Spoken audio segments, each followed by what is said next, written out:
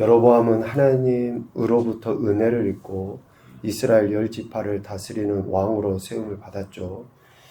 그런데 은혜를 잊어버린 거예요. 은혜를 받았음에도 하나님을 온전히 사랑하지 않고 하나님의 말씀에 순종하지 못한 거죠. 왜 그러는가? 르호보암을 의식했기 때문에 그렇다라고도 할 수 있습니다. 르호보암을 의식한 나머지 두려움에 휩싸이게 되었고 그 두려움으로 인해 계획적으로 하나님을 반역하는 우상 숭배의 길로 빠지게 된 거죠. 12장에 이렇게 나와 있는 것처럼. 이러한 여로보암에게 하나님은 하나님의 사람을 유다에서부터 베델로 보내어 앞으로 일어날 일들을 예언하심으로 경고하셨습니다. 13장 2절에 이야기한 것처럼. 그 예언의 말씀을 들을 뿐만이 아니라 실질적으로 기적을 경험해요. 13장 4절부터 6절까지 보면 제단에서 손이 마르고 또 제단이 갈라지고 재가 쏟아지는 거나 다시 손이 성하게 되는 이러한 기적을 실질적으로 경험합니다. 그러니까 회개의 기회를 하나님께서 제공해 주시는 거예요. 택하셔서 이스라엘 10지파를 다스릴 왕으로 세웠기 때문에 하나님께서는 여로보암에게 이러한 경고의 메시지들을 통해 또 기적을 경험하는 것을 통해서 회개의 기회를 제공해 주신 거죠. 그러나 그는 오히려 어떻게 합니까? 그 하나님의 사람을 자기 개인의 선지자로 삼기 위해 그를 회유합니다. 13장 7절에 나와 있는 것처럼 나와 함께 집에 가서 쉬라. 내가 네게 예물을 주리라. 여전히 악한 길을 떠나지 아니하고 돌이키지 아니한 여로보암. 그의 모습의 행태가 어떻게 나타납니까? 13장 33절에 보니까 여로보암이 이 일 후에도 그의 악한 길에서 떠나 돌이키지 아니하고 다시 일반 백성을 산당의 제사장으로 삼되 누구든지 자원하면 그 사람을 산당의 제사장으로 삼았다. 하나님의 경고의 메시지 그리고 자신이 직접 하나님께서 어떻게 행하셨는지 기적을 체험했음에도 불구하고 여전히 이러한 일이 34절에 보니까 여로보암 집에 죄가 되어 그 집이 땅 위에서 끊어져 멸망하게 되니라.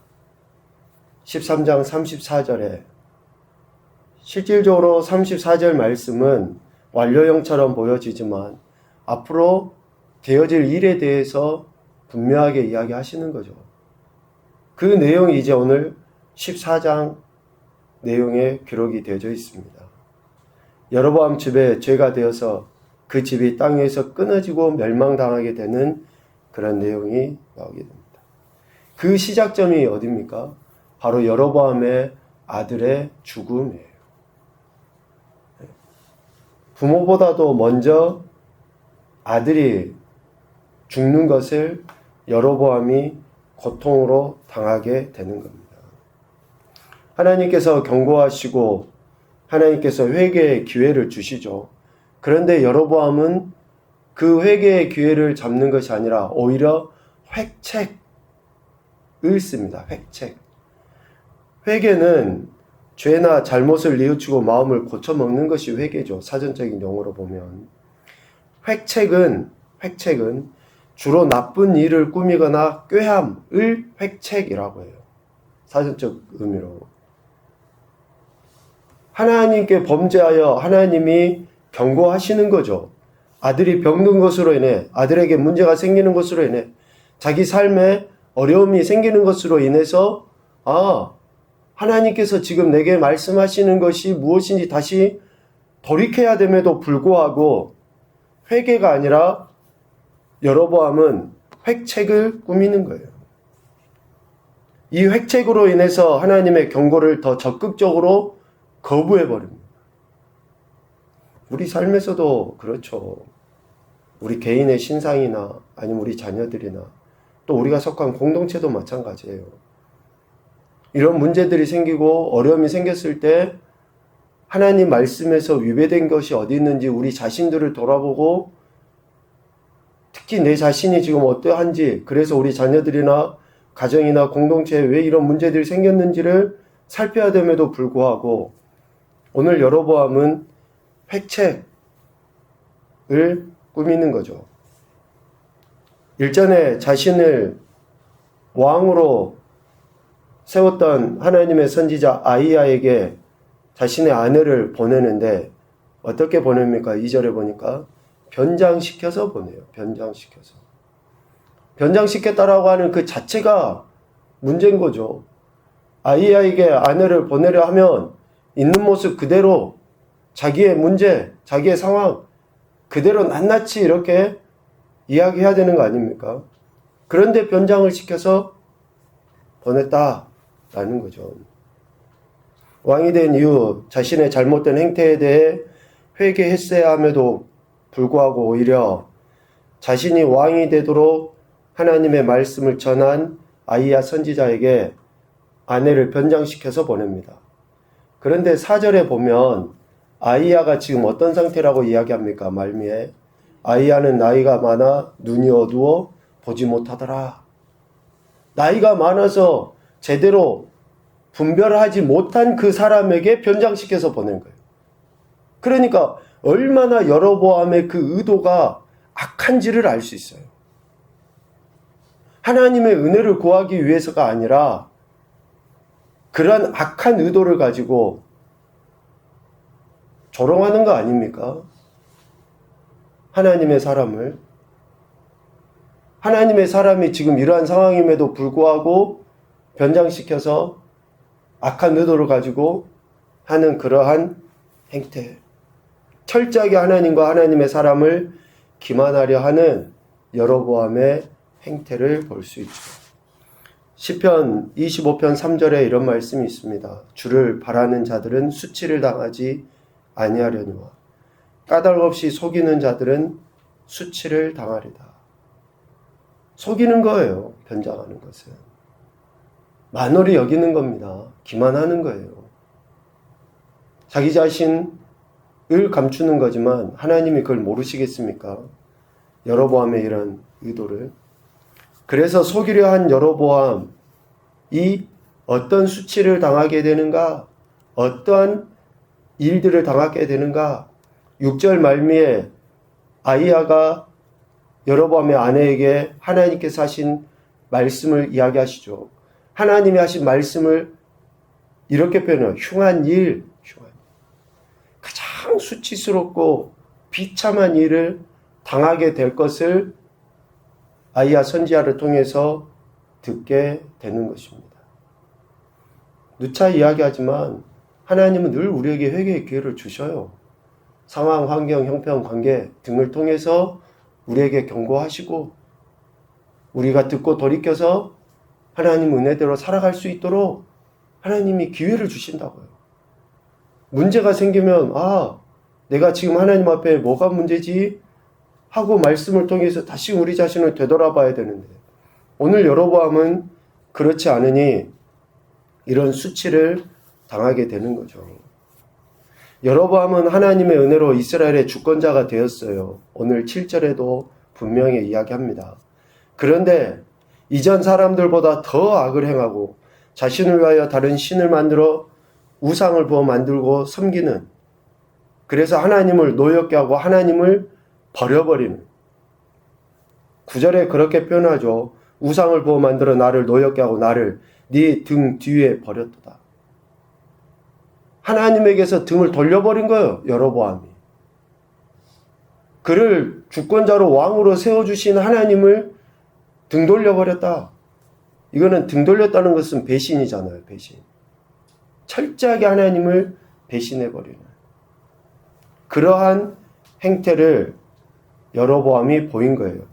그래서 10절 이하에 여로보암 집에 하나님이 재앙을 내리시는데 어떤 재앙들입니까? 흉한 일이라고 하고 가장 비참하고 수치스러운 일들이 여로보암 집에 내리게 되는 거죠. 10절 전반부에 하나님께서 재앙을 내려 여로보암에게 속한 사내는 이스라엘 가운데 매인자나 노인자나 다 끊어지게 될 것이다.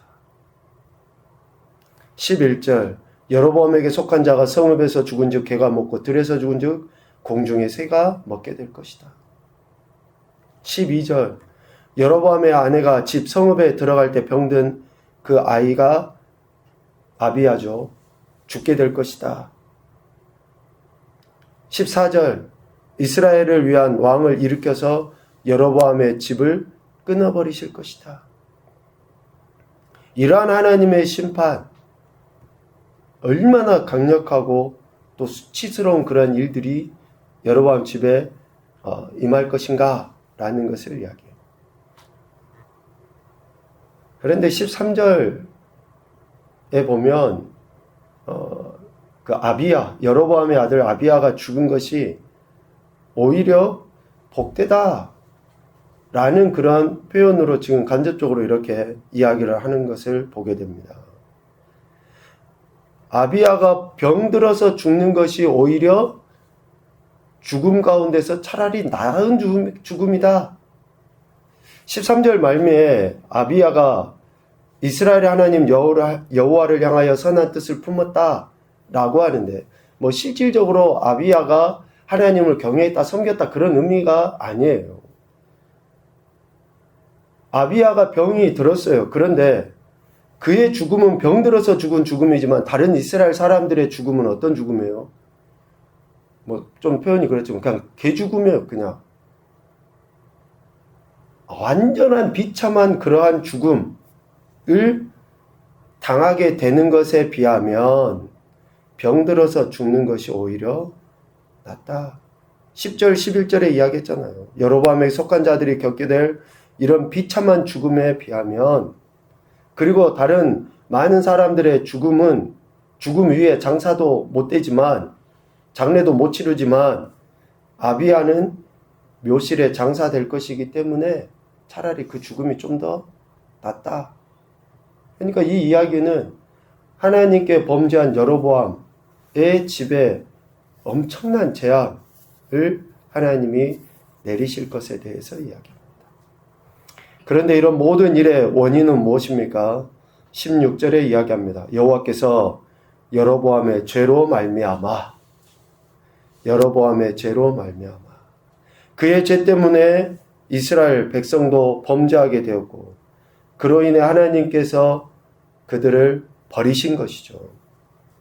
온 이스라엘에 그리고 다음 세대에 죄만 남기고 오늘 20절에 여로보암이 죽게 됩니다. 앞으로도 계속 여로보암의 길이라는 단어가 반복해서 나올 거예요. 그만큼 여로보암의 죄가 얼마나 강력했는가 라는 것을 보게 되죠. 참 안타깝습니다. 그래서 누구든지 특별히 오늘 우리 각 개개인들이 하나님 앞에 어떤 모습으로 살아야 하는가 라는 것을 매우 심각하게 고민을 해야 됩니다. 나의 불순종이 우리의 자녀들이나 공동체에 틀림없는 문제를 야기시키게 되거든요. 역으로 생각하면 내가 하나님께 순종할 때 우리 자녀들과 우리가 속한 공동체에 선한 영향력, 은혜와 덕을 끼치게 돼 있어요. 왜 우리 자녀들의 삶에 이런 힘듦이 있는가? 그런 것들도 다시금 우리 자신들이 되돌아봐야 되는 거죠. 오늘 말씀을 통해 이런 생각을 하게 됩니다. 누구나 죄인이죠. 그러나 여로보암같이 살아서는 안 된다라는 생각을 하게 됩니다. 회개를 선택해야지 획책을 선택하는 것은 자신뿐 아니라 공동체를 파괴하는 것이기 때문에 그렇습니다. 회개하는 것이 가장 귀하고 복된 은혜이죠. 그래서 첫 번째 교훈은 이겁니다. 기적 중의 기적은 하나님께 회개할 수 있는 것이다. 기적 중의 기적이 우리가 회개하는 거예요. 어떻게 우리가 회개할 수 있어요? 하나님 은혜가 아니면, 하나님의 기적이 아니면. 그래서 회개하는 것도 은혜니까 지금 회개하셔야지 됩니다. 그리고 하나님의 더 큰 은혜를 구해야죠. 두 번째, 나의 죄가 가정과 교회, 온 공동체를 파괴한다. 나라와 민족을 위해서, 열방을 위해서 우리가 기도하죠. 지금 각처에서 전쟁이 일어나고 있습니다. 매우 심각한 상황 가운데 빠질 수도 있어요. 미안하지만 먼 나라 이야기가 아니고 오늘 내가 제대로 하나님 앞에 회개하지 않음으로 인해 나의 죄로 인해서 그런 문제들이 발생할 수 있습니다. 그래서 나의 죄가 가정과 교회 온 공동체를 파괴하지 않도록 회개해야 되는 거고요. 세 번째, 죄악된 세상에서도 선을 행하는 자는 반드시 있다. 아비야 이야기는 아니지만 여간 남겨둔 자들이 있어요. 그릇더기를 하나님이 반드시 남겨두십니다. 그렇기 때문에 그러한 한 사람이 여기에 있는 내가 되도록, 우리가 되도록 하나님의 은혜를 구하는 거고 말씀에 순종하는 거죠. 참 힘들고 어려운 시대입니다. 특별히 이스라엘에 지금 악화일로 상황 가운데 놓여져 있죠. 그런 모든 일들이 어쩌면 우리가 기도해야 될 그런 제목이 아닌가 또 싶은 생각도 있는데요. 여간 오늘 하나님 말씀을 통해 여로보암의 이런 안타까운 행태, 죄악된 모습을 다시금 반면교사 삼아서 저와 여러분이 늘 하나님 앞에 겸손히 회개하고 은혜를 구하며 나아가는 귀하고 복된 인생들이 되시기를 주님의 이름으로 축복합니다. 아멘.